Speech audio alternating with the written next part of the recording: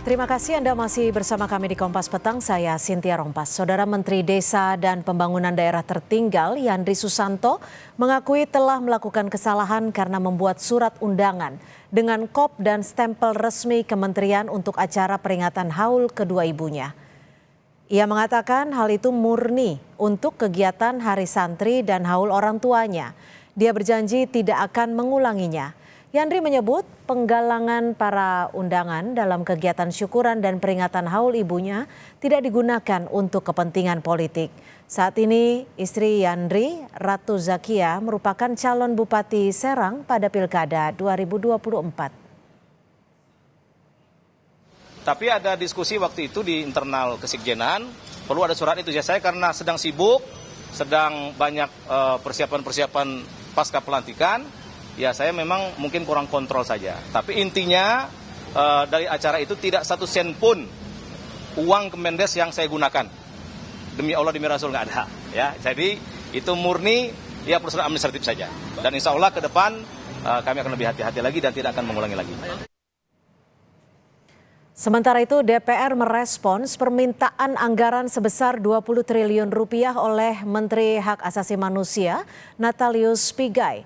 Wakil Menteri DPR Adis Kadir bilang semua bergantung kekuatan anggaran yang tersedia. Adis menambahkan bila ada permintaan itu Kementerian HAM harus menyampaikannya kepada Komisi 13 selaku mitra kerja. Meski demikian permintaan anggaran untuk realisasi 2025 sudah tidak memungkinkan karena kesepakatan APBN 2024 sudah diambil di DPR periode sebelumnya. Nanti kan mereka akan mengajukan ke Komisi 13 anggaran itu dibutuhkan untuk apa saja ya, biasanya kan seperti itu. Dan anggaran ini kan nanti akan dibahas sekitar bulan April Mei ya. Ini kan akan masuk anggaran periode dibahas di 2025 untuk 2026. Kalau anggaran 2024 untuk anggaran 2025 kan sudah selesai dibahas kemarin. Jadi pembahasannya nanti akan dibahas di tahun 2025 sekitar dimulai kalau nggak salah sekitar bulan April.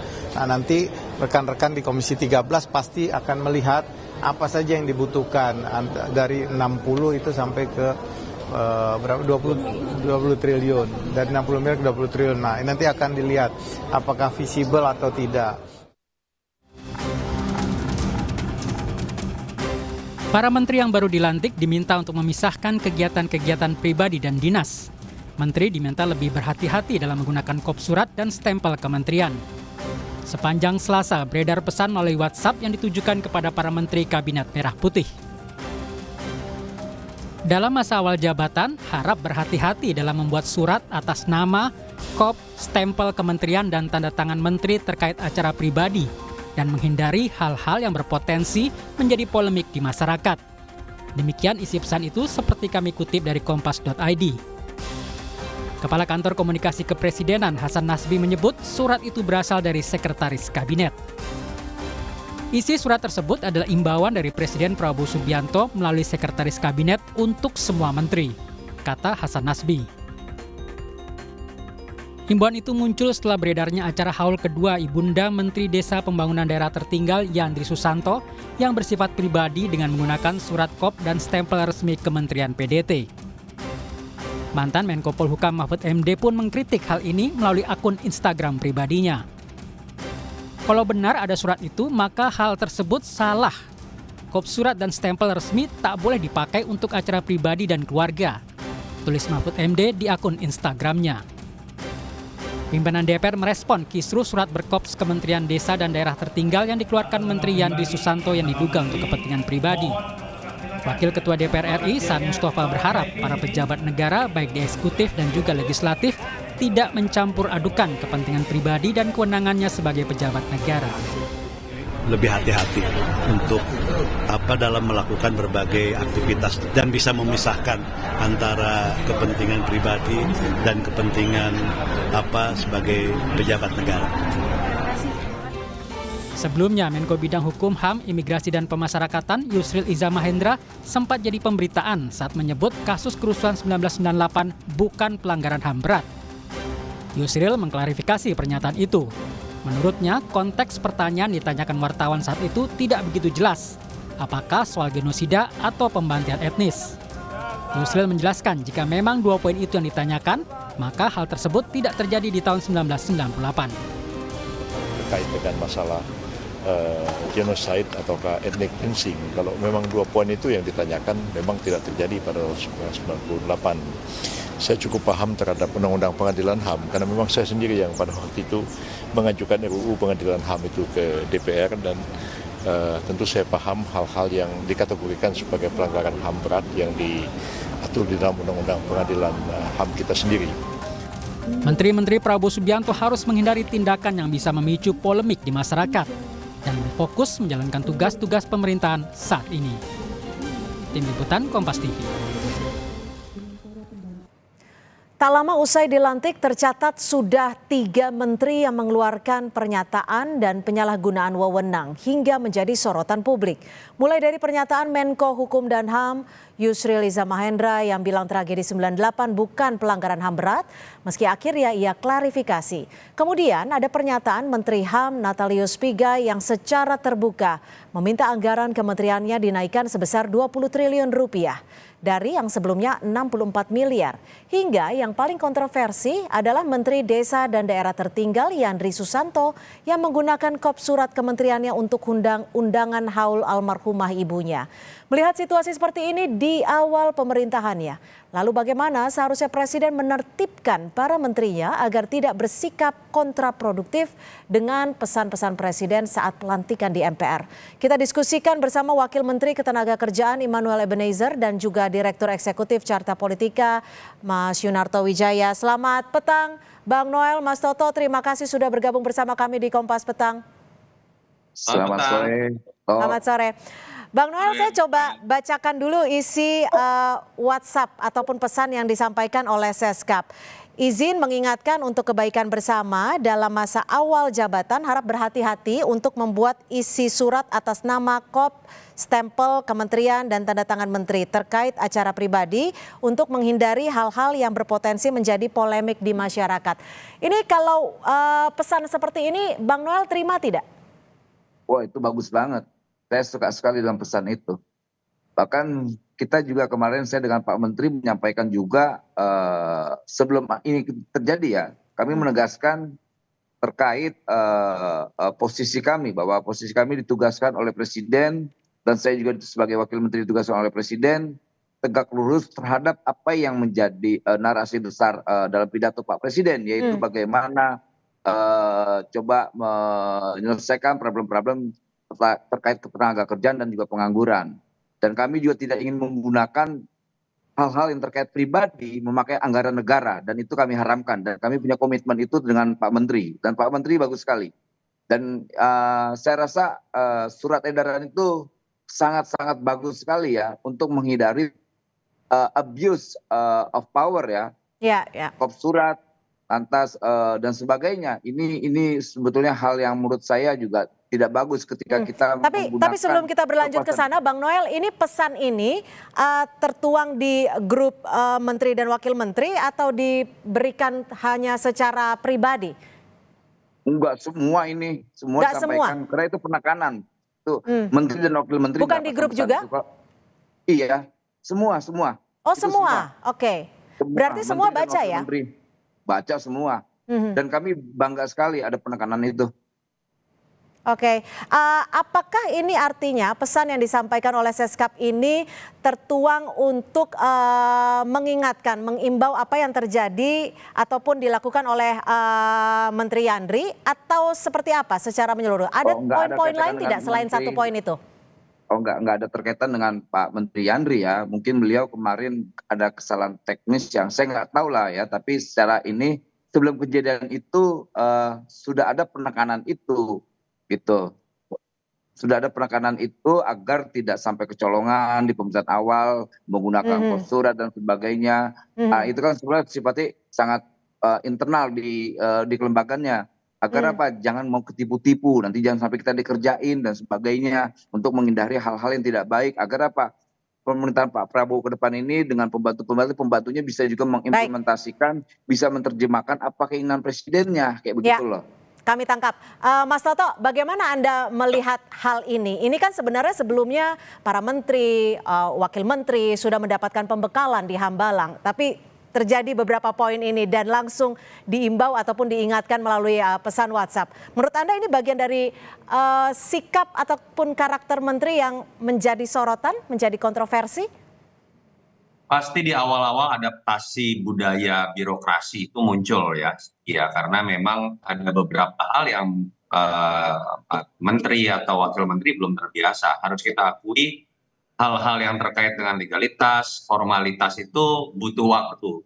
Apalagi Pak Prabowo ini kabinetnya kan banyak sekali jumlahnya, berasal dari berbagai latar belakang pihak, dan banyak juga menteri dan wakil menteri yang belum terbiasa dengan budaya birokrasi, apalagi budaya protokoler ketika berbicara istana. Dan walaupun saya kagetnya sebenarnya adalah kalau kita lihat kan blundernya karena memang sorotan kepada Bang Yandri ya, tapi polemik kan muncul juga misalnya dalam statementnya Prof Yusril, statement Bang Natalius Pigai. Dan menurut saya ini PR besar dan konsekuensi ketika Pak Prabowo mencoba membangun kabinet warna-warni berasal dari berbagai latar belakang pekerjaan, otomatis adaptasinya juga akan lebih lama. Belum lagi ketika berbicara kementerian-kementerian yang harus melalui perubahan nomenklatur, menunggu perpresnya terlebih dahulu, kantornya di mana, kalau ada barang milik negara dialihkan, mutasi pegawai, tunjangan kinerja dan gapok, akan ada banyak sekali proses adaptasi yang itu adalah konsekuensi ketika jumlah kabinet lebih banyak anggotanya dan ada peleburan dan pemisahan dari nomenklatur yang juga akan membutuhkan penyesuaian. Ini yang jadi sasaran kritik. Agak sulit buat ngegas di awal, kira-kira seperti itu. Dan mungkin jangan-jangan nanti materi di Diklat Magelang akan ditambah nih terkait dengan hal-hal yang dalam beberapa hari kemarin mungkin akan jadi evaluasi bahwa menjadi blunder. Dan sekarang eranya berbeda ya bahwa setiap situasi dengan sangat mudah di-capture. Dan ketika sudah ter-capture oleh teman-teman jurnalis, tidak berhenti keluar di koran atau portal-portal resmi. Dia akan langsung beredar dalam timeline sosmed. Artinya memang bahkan Prof Yusril sekalipun yang sudah sangat berpengalaman, mungkin baru menyadari ada perubahan psikologi dari masyarakat. Jadi menurut Anda ini adalah hal yang wajar ketika ada adaptasi di kementerian yang baru gitu ya? Masih wajar. Kalau saya berbicara mengenai statement yang loss, saya pikir wajar untuk awal-awal. Tapi ketika ini misalnya dalam 100 hari ke depan masih dalam pola yang terlalu banyak blunder, yang akan kena pengaruhnya adalah kepuasan atau trust publik kepada presiden, bukan kepada menteri tersebut. Bang Noel, kalau ini disebut adaptasi, memang seperti itu ya Bang Noel adaptasinya? Lalu pembekalan di Hambalang termasuk hal-hal sekecil ini tidak sih sebenarnya? Bang Noel hilang nih kayaknya nih. Oke, kita akan coba kembali untuk menghubungi Mas Bang Noel. Mas Toto, lalu kan ini kan jika itu ada adaptasi, tapi kan kementeriannya ini juga jumlahnya cukup besar seperti itu. Ada tidak sih sebenarnya tantangan dalam pengelolaan kementerian-kementerian ini? Tantangan pertama yang paling konkret perubahan nomenklatur, Cynthia. Itu nggak main-main. Ini kita bukan berbicara mengenai memperbanyak cabang dalam sebuah perusahaan swasta ya. Secara legal formal perubahan nomenklatur dulu hasil dari riset tim transisinya Pak Jokowi 2014 itu membutuhkan waktu 1 sampai 2 tahun karena banyak sekali yang harus disiapkan. Sekarang kita udah mulai ngeliat nih, Mas Ahaye sempat bingung kantornya akan di mana atau kementerian-kementerian yang lain. Jadi tantangan pertamanya adalah di situ. Yang kedua menurut saya ketika hampir semua kementerian diisi oleh wamen, dan saya harus mengatakan bahwa terlihat sekali bahwa ini adalah aspek keterwakilan, aspek kompetensi kan masih harus diuji ya, tapi aspek keterwakilan diakui oleh Pak Prabowo, artinya kan memang harus ada adaptasi juga antara sosok menteri dengan sosok wamen yang apabila ditempatkannya karena aspek keterwakilan, mungkin ada frekuensi yang masih berbeda, mungkin masih ada visi-visi yang berbeda. Jadi saya berharap sekali diklat yang ada di Magelang nanti itu berbicara hal-hal konkret, bukan sekedar sebuah kosmetik politik, berbicara mengenai keakraban, persatuan, itu menurut saya sudah selesai. Ya, jadi artinya cukup membutuhkan waktu untuk beradaptasi dan juga mencocokkan frekuensi. Mbak, Ya, saya ingin mengatakan bahwa diklat di Magelang jangan kemudian basa-basi atau kosmetik politik. hmm, Masuklah kepada hal-hal yang kita sebutkan tadi. Karena diklat yang ada kemarin di Hambalang itu hanya berbicara mindset. Ada pemikir dari John Mayer Stramer misalnya, ya, pemikir realis di Amerika Serikat. Tapi itu hanya berbicara mindset. ya. Tapi problem yang kita harus kan adalah pengetahuan mengenai birokrasi dan lain-lain yang memang seringkali itu akhirnya menjadi kendala. Oke, Bang Noel, kalau disebut ini hal yang wajar karena perlu adaptasi, mencocokkan frekuensi. Sebenarnya butuh berapa waktu sih sekiranya untuk beradaptasi, mencocokkan frekuensi? Ini saat pembekalan di Hambalang diberikan hal sedetil itu tidak sih? Kemarin sih belum ya, pematerian itu tidak terkait soal adaptasi dan sebagainya gitu. Tapi yang jelas saya dan Pak Menteri, khususnya diri saya lah ya, saya sedang beradaptasi dengan dalam struktur negara ini. Selama ini kita di luar, kemudian masuk dalam struktur eksekutif, ya saya harus beradaptasi, ya saya belajarin dulu gitu loh. Jangan sampai ya maaf, saya juga nggak mau juga kecolongan, saya tidak mau integritas yang saya sudah tanam puluhan tahun kemudian rusak gara-gara kinerja yang buruk. Ini kan publik akan menilai. Semua kan menonton dan mengikuti apa yang akan saya lakukan. Dan saya tidak mau gara-gara hal yang sedikit tidak bagus tercoreng reputasi saya, dan saya jaga itu. Dan Pak Menteri menekankan itu juga. Menteri Tenaga Kerja saya ini menteri yang luar biasa, karena kita yakin bahwa kita punya pemimpin yang luar biasa, Pak Prabowo. Jadi kita mau kerja-kerja juga, kerja-kerja luar biasa. Makanya kami tekankan jangan jual beli jabatan di internal kita. Kedua, hal-hal terkait kepentingan pribadi jangan pakai anggaran kementerian, dan itu kita tekankan sampai berkali-kali. Saya sudah disiapkan protokol dan saya terbiasa, dan keterbiasaan saya nggak pakai apa tuh ya, pengawal-pengawal gitu ya. Saya bilang udah tahu sampai pengawal, tapi kata Pak itu harus dipakai Pak. Oke. Tapi ya saya melanggar. Bang Noel, tapi kalau untuk teguran ataupun imbauan, ini kalau dari Bang Noel sendiri cukup melalui dari Seskap saja atau seperti apa? Atau untuk lebih mendalam lagi Presiden harus turun?